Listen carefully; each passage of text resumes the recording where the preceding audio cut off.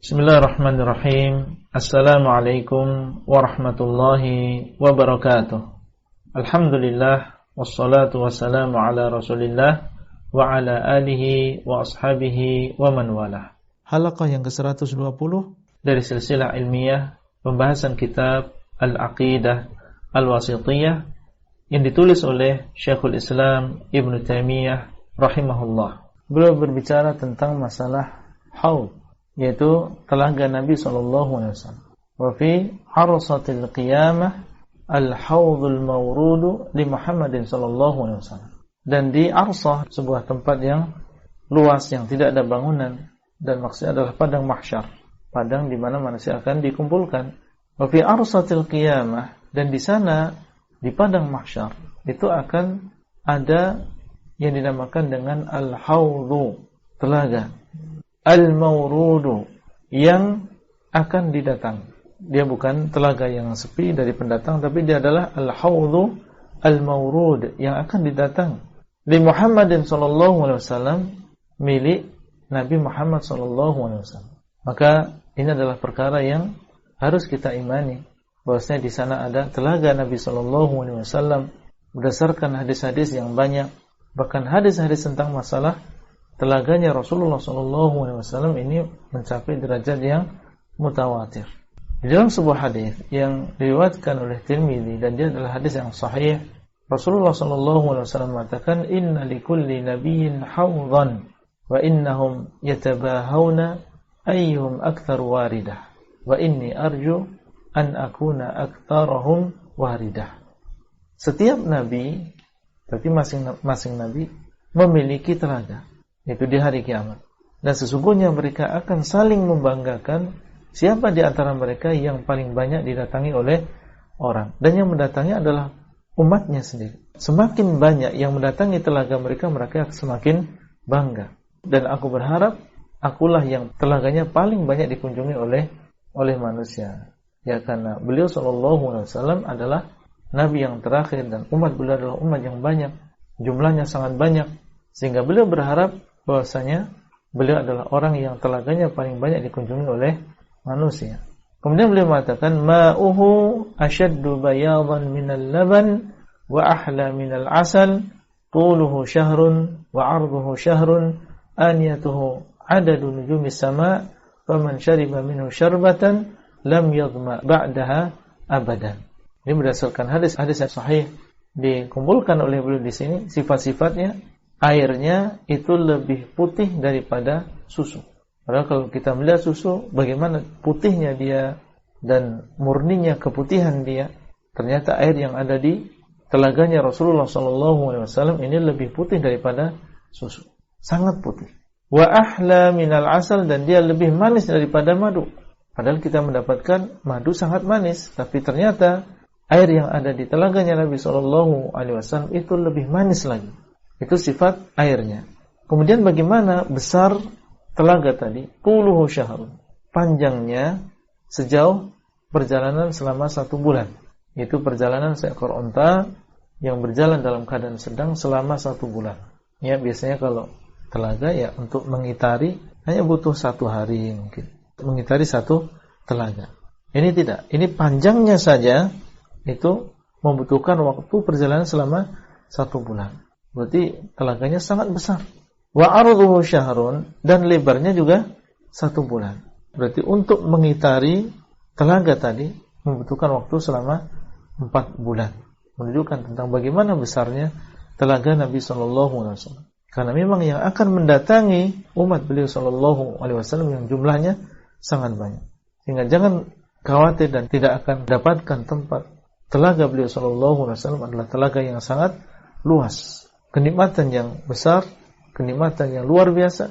Kemudian ditambah lagi sifatnya, aniyatuhu adadu nujumis sama. Aniyatuhu, yaitu gelas yang digunakan untuk minum di sana, itu adalah sejumlah bintang yang ada di langit. Jumlahnya banyak sekali. Kita berada di sebuah galaksi yang di dalamnya ada miliaran bintang. Dan sesuai dengan ilmu manusia sampai sekarang ternyata di bawah langit yang pertama ini ada banyak galaksi-galaksi, mungkin jutaan galaksi. dan masing-masing galaksi ada miliaran bintang. Menunjukkan jumlah gelas di telaganya Nabi SAW adalah jumlah yang sangat banyak. Sehingga seseorang datang ke sana, dia tidak takut ya kehabisan gelas dan tidak usah menunggu antrian. Aniyatuhu adadun nujumi as-sama. Faman syariba minhu syarbatan lam yadhma ba'daha abadan. Barang siapa yang meminum dari telaga Nabi SAW sekali, maka dia tidak akan haus selama-lamanya. Barang siapa yang meminum dari telaga Nabi SAW sekali minuman, ya sekali minum, maka dia tidak akan haus selama-lamanya. Dalam sebuah hadis, Nabi SAW mengatakan, "Haudhi masiratu syahrin ma'uhu abyad minal laban wa rihuhu atyabu minal misk wa kizanuhu kanujumis sama' man syariba minha fala yadma'u abadan." Telagaku ini sepanjang perjalanan 1 bulan, airnya lebih putih daripada susu dan baunya lebih wangi daripada minyak kasturi, dan kizannya, ini maksud dengan kizan adalah hias jenis teko. Itu seperti bintang yang ada di langit, ya ini dilihat dari 2 sisi. Yang pertama adalah seperti jumlahnya, atau bisa juga seperti keindahannya. Jumlahnya banyak seperti bintang di langit, dan keindahannya seperti bintang yang ada di langit. Dan kalau tekonya saja demikian jumlahnya, lalu bagaimana dengan gelas? Karena biasanya, dan memang gelas biasanya lebih banyak daripada tekonya. Kemudian faman syariba aw man syariba minha fala yadhma'u abadan. Barang siapa yang meminum darinya, maka dia tidak akan haus selama-lamanya. Dan ini bukan berarti dia tidak masuk neraka. Tapi seandainya orang yang sudah minum dari telaga Nabi tadi, kan dia orang muslim, pengikut Nabi, sehingga dimuliakan untuk bisa meminum dari telaganya Nabi SAW. Seandainya ternyata dia termasuk orang yang masuk ke dalam neraka dengan sebab dosanya, maka di dalam neraka, meskipun di sekitarnya panas dan dia terkena azab dari neraka tersebut, tapi Allah SWT akan menyelamatkan dia dari kehausan. Dia tidak haus karena berada di dalam neraka, diazab sementara di sana, tapi dia tidak kehausan karena sudah meminum dari telaganya Nabi SAW. Di sana ada sebagian orang yang dia mengaku sebagai umatnya Nabi SAW, tapi ternyata dia tidak mendapatkan kesempatan untuk meminum telaganya Rasulullah SAW. Sebutkan di dalam hadis, Nabi SAW mengatakan, "Ana faratukum 'alal haudhi." Aku akan mendahului kalian di atas telagaku. Wala yurfa'anna rijalun minkum. Maka akan diangkat sebagian kalian. Thumma la yukhtalajunna duni. Kemudian tiba-tiba mereka dijauhkan dariku. Sudah diangkat, itu maksudnya Nabi melihat mereka akan mendatangi telaga beliau, tapi tiba-tiba dia dijauhkan atau mereka dijauhkan. Fa aqulu ya rabbi ashabi. Maka Nabi mengatakan, wahai Rabb, mereka adalah para sahabatku. Fa yuqal innaka la tadri ma ahdathu ba'dak. Kemudian dikatakan kepada beliau, engkau tidak tahu apa yang mereka lakukan setelah. Nabi mengatakan, ya rabbi ashabi, mereka adalah sahabatku. Beliau berbicara sesuai dengan ilmu yang beliau ketahui. Sebelum beliau meninggal dunia, melihat bahwasanya mereka sholat bersama kaum muslimin, dan ya mereka bertemu dengan Nabi, beriman dengan Nabi secara zahir.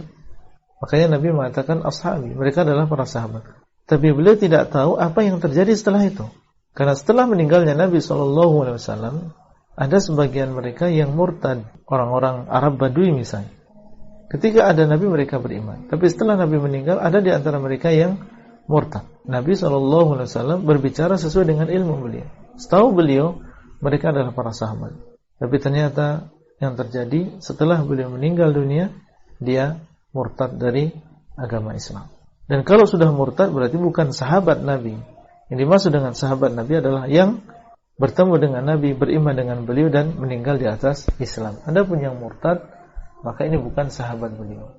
Kenapa beliau mengatakan sahabatku? Sesuai dengan ilmu yang beliau ketahui sebelum beliau meninggal dunia. Berarti kenifakan ini bisa menjadi penghalang. Di dalam hadis yang lain, fayuqal, dikatakan kepada beliau, innaka la tadri ma baddalu ba'dak. Engkau tidak tahu apa yang mereka rubah setelah itu. Kalimat merubah di sini masuk di dalamnya adalah merubah agama. Bukan hanya merubah agama tadi dari agama Islam ke agama selain Islam, tapi juga merubah apa yang ada dalam agama Islam. Mungkin dia muslim, tapi dia rubah ajaran Nabi, dirubah sunnah Nabi, kemudian dia menghidupkan bid'ah di dalam agama. Berarti ini sudah merubah agama ini.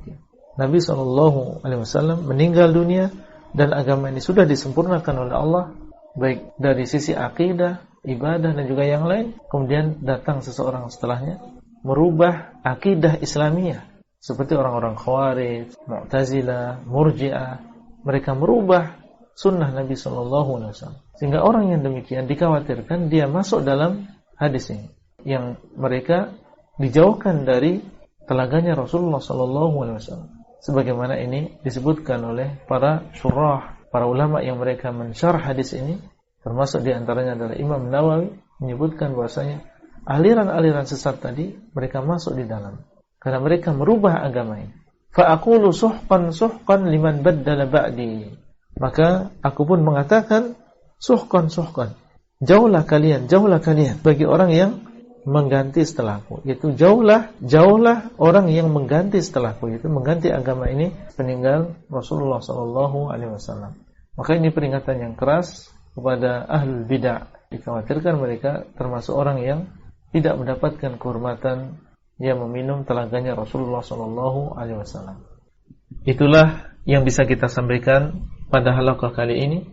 Semoga bermanfaat dan sampai bertemu kembali pada halaqah selanjutnya. Wassalamualaikum warahmatullahi wabarakatuh. Abdullah Rai di kota Jember. Materi audio ini disampaikan di dalam grup WA Halaqah Silsilah Ilmiah HSI Abdullah Rai.